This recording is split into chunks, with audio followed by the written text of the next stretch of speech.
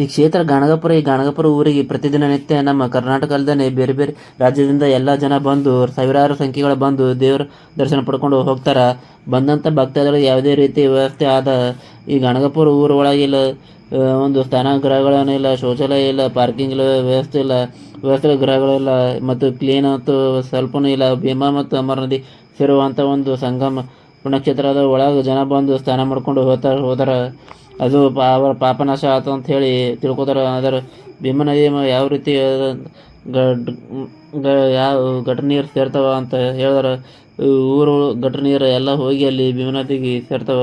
ಅದೇ ನೀರು ಒಳಗೆ ಬಂದಂಥ ಭಕ್ತಾದಿಗಳು ಸ್ನಾನ ಮಾಡ್ಕೊಂಡು ಅದು ಪವಿತ್ರ ತೀರ್ಥ ಅಂತ ಹೊಳಿ ಹೇಳಿ ಮಾನಿಸ್ತಾರೆ. ನಾವು ಏನೋ ಹೇಳಿದ ಅದರ ಭಾಳಷ್ಟು ಜನ ಏನು ಮಾಡ್ತಾರೆ ಅಂತಂದ್ರೆ ಬುದ್ಧಿಮತ ಹುಚ್ಚರಿಗೆ ಎಲ್ಲಿ ತಂದು ಊರೊಳಗೆ ತಂದು ಬಿಡ್ತಾರೆ. ಆದರೆ ಅವರಿಗೆ ಇರೋ ಸಲುವಾಗಿ ಒಂದು ಆಶ್ರಯ ಇಲ್ಲ. ಸೆಲೆಬ್ರಿಟಿ ಬರ್ತಾರೆ, ರಾಜಕಾರಣಿ ಬರ್ತಾರೆ, ಬಂದು ಡೈರೆಕ್ಟ್ ದರ್ಶನ ಮಾಡ್ಕೊಂಡು ಹೋಗ್ತಾರೆ.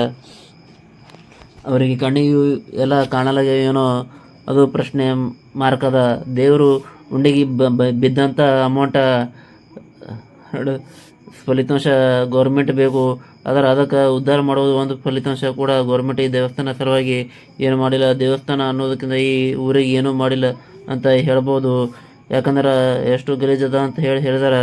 ಎಲ್ಲ ನೋಡಿದ್ರೆ ಇಲ್ಲಿ ಗಲೀಜ ಫಲದ ಒಂದು ಸ್ವಲ್ಪ ಕೂಡ ಕ್ಲೀನ್ ಇಲ್ಲ. ಈ ಊರೊಳಗೆ ಕಾಣಲ್ಲ. ನಮ್ಮ ಕಲಬುರಗಿ ಭಾಗದ ಒಳಗೆ ಇರುವಂಥ ಪುಣ್ಯಕ್ಷೇತ್ರ ಬಗ್ಗೆ ನಿಮ್ಮ ಅಭಿಪ್ರಾಯ ಏನು ಅದ ಅಂತ ಹೇಳಿ ಕಮೆಂಟ್ ಮುಖಾಂತರ ತಿಳಿಸಿ.